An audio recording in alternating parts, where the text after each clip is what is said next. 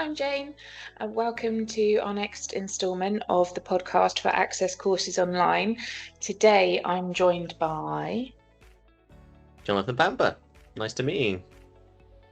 Nice to meet you, friend. And you are talking to me today because you are a professional in industry. So in this range of podcasts, we're talking to various people that perhaps are like you, a professional in an industry that somebody else might be interested in working in. But you also have a degree yourself, so you've got a really interesting story around your higher education journey. So there's, potential that people will resonate with your story, whether they potentially want to be in the computer sciences or whether they just align with your journey so far. So tell us a little bit about what you do now, if that's okay. Yeah, perfect. So what I do now is I work in a role that's a technical account manager role. But I've had many different hats over my IT career. The technical account manager role is really a proactive customer support role. And what I like to say to people is I kind of earn my IT stripes through the support desk. So that customer service, being reactive to issues and tickets and problems. Whereas the technical account manager, or TAM role, as I might refer to it later on, is more of a proactive approach. So I still have that support desk behind me, supporting the customer's reactiveness, but I try and find opportunities for improvements or efficiencies, taking all that skill set and knowledge that I've got and bringing it to the forefront of the customer account. Or reassuring them if Windows want to roll out a new upgrade, you can assure them that their whole business won't shatter. You're the person to tell them how it'll work. Oh, I don't envy you. Okay, cool. So just for a little bit of context, I know you personally from the school run, so I do know a little bit about your story. And I know that you didn't necessarily go to university to study computer sciences. What was your journey? Oof. So if I go back to school days, let's go back to kind of A levels, AS levels. You're thinking about what you're going to do after you finish that stage of your education. And a lot of my friends around me were going to university. My parents were very encouraging. And that age, I didn't really know exactly what I wanted to do. So I kind of built on my strengths of what I was studying. And at that time, it was like maths. I did do IT, maths. I even did an AS level in PE because I was quite into sports. Just to dabble, just in case the academia wasn't your thing. Yeah, curiosity. I realised that the PE is nothing about sports. It's all about anatomy and bones and muscles. And I thought, that's really interesting. Yeah. It was good for a year. But where my strengths really were around sort of maths, and so my parents' parents, my granddad had a career in finance, in accounting, and they kind of saw a lot of those strengths in me. So kind of where I didn't have a definitive thought of, path that I wanted to go down, they encouraged me to go down that route. So yes, when I was looking at university courses, I was looking at kind of accounting. I ended up doing an accounting and business course. And my journey was that going into uni was great. It was like university life, very exciting. And then after sort of halfway through my second year of learning about accounting, I just didn't fall in love with it. And I just felt like it wasn't necessarily what I wanted to do forever, right? But that didn't put me off finishing my degree and accomplishing, what I went there to do. The journey then goes into around sort of like 2008. And for those that might remember, there was a recession that happened around that time of year. So when I came out of university, not only was I looking for those entry-level jobs, it was very difficult to find any job in the marketplace. Because whilst you had so many relevant and pertinent skills for the workplace, also you had a piece of paper that told you you were in theory overqualified for it. So it was a weird time. Yeah, because we've just had your wife Candy on, who she graduated the same year, didn't she, 2008? And we had we had a really interesting kind of moment of reflection about the recession and what that looks like. Because, like you say, from secondary school A-level years, there's always a lot of questioning. Is this the right fit for me? I'm not sure, but I'll see it through, etc. And then you get into a world where there is no automatic place for you anyway. So you're Yes. still in that space of going, oh, did I make the right decision? And where did you go with that? Yeah, tough times. Yeah, so applying anywhere I could, had lots of experience through the interview process, and sort of landed on my feet in a role in a kind of finance industry, but it was more of like the banking and kind of loans element rather than accounting and business, which is what I studied. But I was the grateful. world calling out for people to save them, going, it's a recession. If you know what you're doing, come and make it better. It certainly felt like I kind of took what I could at the time. Yeah. And then over the next few years, I managed to gain some experience and figure out kind of where my path was going to go after that. So it was really good that I went to university. I studied in a subject that I was strong in my previous education life, and then I was able to kind of establish myself in a role that was similar to that. I wouldn't say an exact match, but similar, which was good. Yeah. So when you landed your first IT role, did you say earlier that you kind of fell into it in that first line support? Did you decide to go, actually, I've always wanted to do this, and now I'm going to take a conscious pivot? Or did you sort of, again, fall into it because needs must, and then think, actually, I've got a real affinity for this? Yeah, so it was kind of a two-pronged thing, right? So I had really been interested in web design and kind of IT. Yeah. I mentioned how I did sort of an IT bit at school. It was like that part of coding, kind of web design, was still sort of side of it. simmering. Like there were embers inside me. Yeah. And so what I actually did is I just took it upon myself to sort of self-learn coding and do things either in like my lunch times or during my personal time whilst I was working.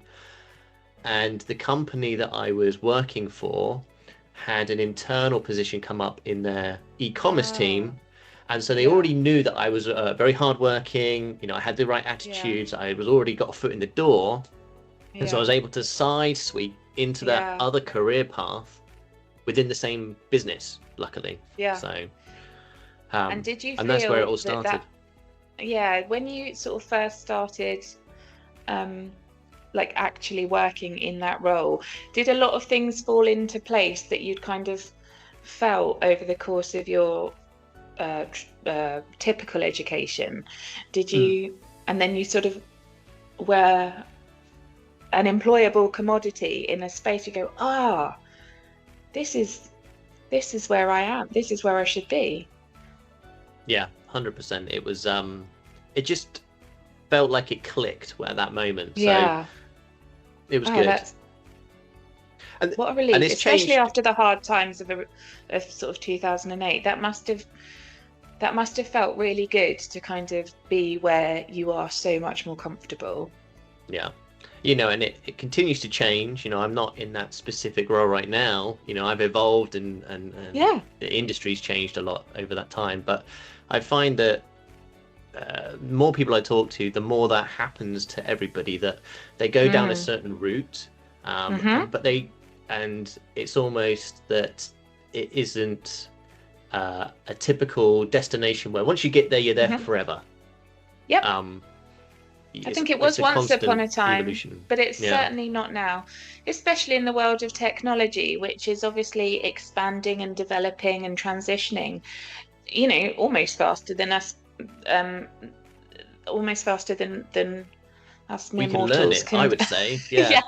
You know, people are Um, developing new things all the time, and we've mm, got to try and keep up with them as much as and absorb as much as of it as we can.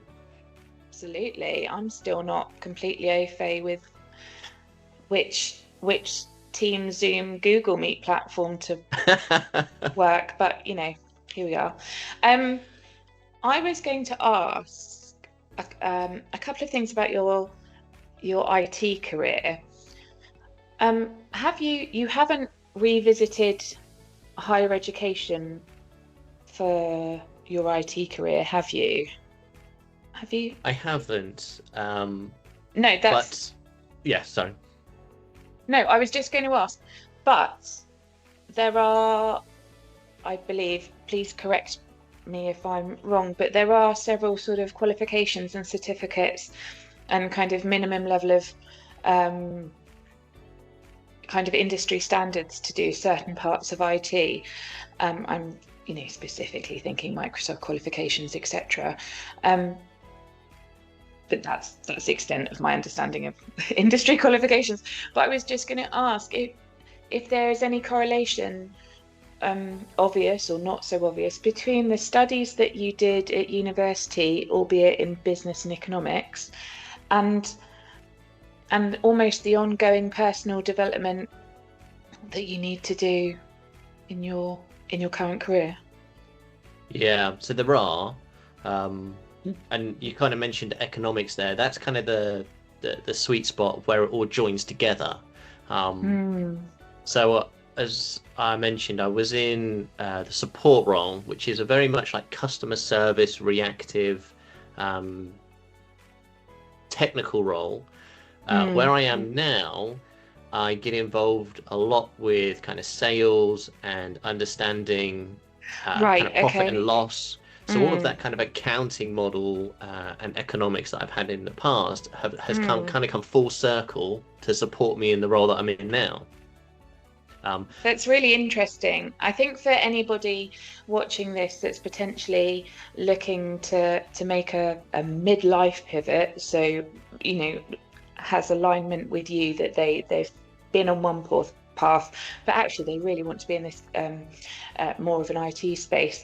Even under the umbrella of IT, there is such a broad spectrum of opportunities and roles that aren't just coding. I think maybe some of us see IT as technical fixing and coding and nothing else. But I think you've just explained or described like you say a real sweet spot of going, actually there's a place for you in the world of IT that absorbs the background and the skills that you've got and gives you your dream career. Do you think yeah, that you've benefited from all of that appreciation of economics?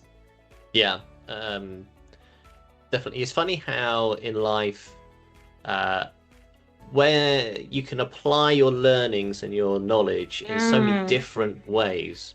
mm, So yeah, I am grateful for that, and I can certainly see how, even though I'm not an accountant, because that's what I did as a degree, I'm mm, still using, a lot of what I've learned from university, mm. from that side of things, in the role that I am now, and throughout other Yeah, careers that, career paths yeah. that You just I've sort of absorb moved it along. all.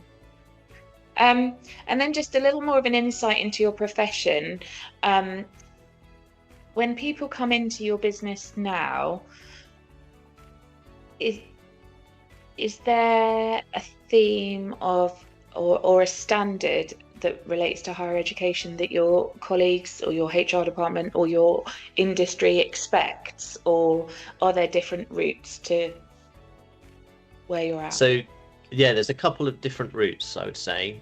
Um, and it typically comes down the lines of either studying it and having that sort Mm, of degree or qualification, education mm, qualification, or having enough what you mentioned earlier, those Microsoft qualifications. We call them Yeah. like vendor qualifications because it could be Yes. a whole That's breadth of yes. vendors and experience. It's those two things combined, really. So, Mm, somebody could go out there and have uh, sort of self-manage their learning and mm, pass 5 different vendor qualifications mm. over a year, but it might not present enough without the experience to then fit into Yeah. that role.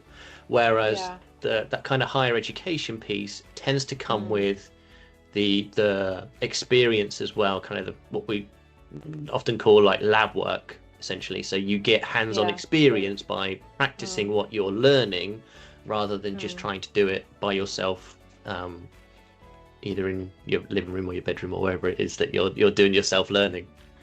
Yeah, I think that's really encouraging because I think it opens up the world to all the different ways that other people learn and all Mm. there's a space for people who are classroom-based learners and there are space for those that need to sit at home and just collect the accreditation in their own time because that's more achievable for them. It's Ah, so that's really interesting you mentioned interesting. that piece around how in the classroom it kind of represents again how you are with other like-minded people in Hmm. this scenario, whereas here you're kind of out on your own.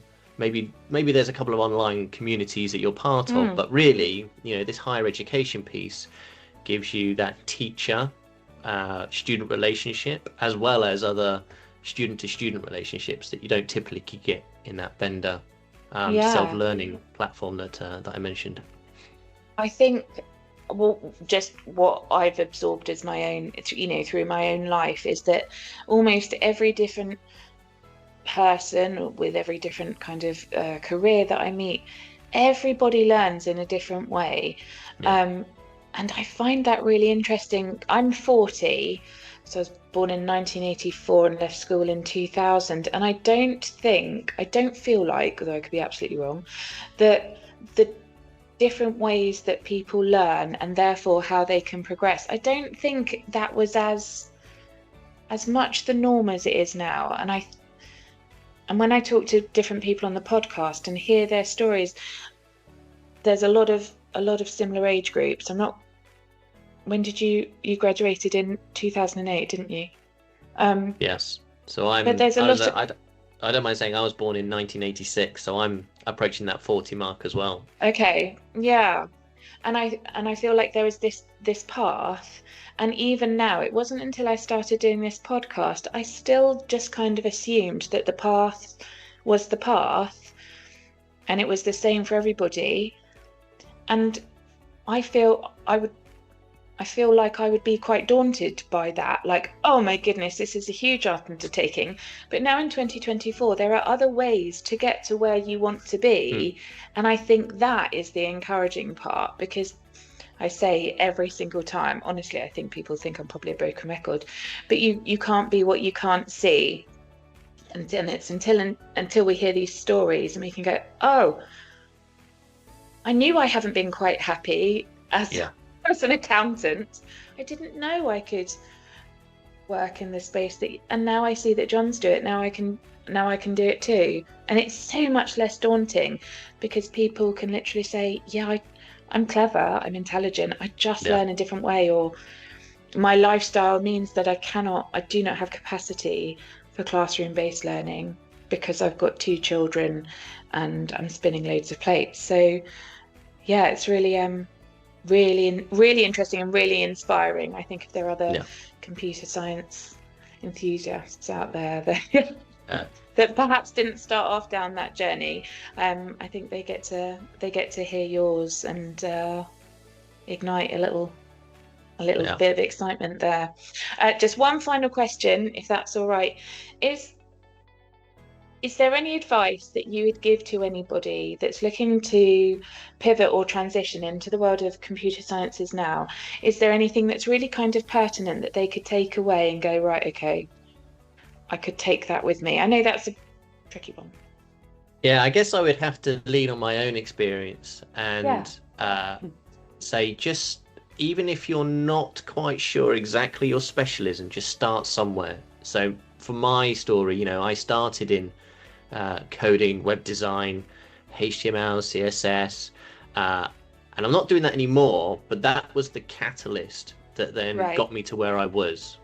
So yeah, that whole saying of the journey of a 1,000 miles starts with a single step, is so true. There's a lot of truth in that. So find your little catalyst is my probably just start somewhere. my imparting wisdom. Yeah.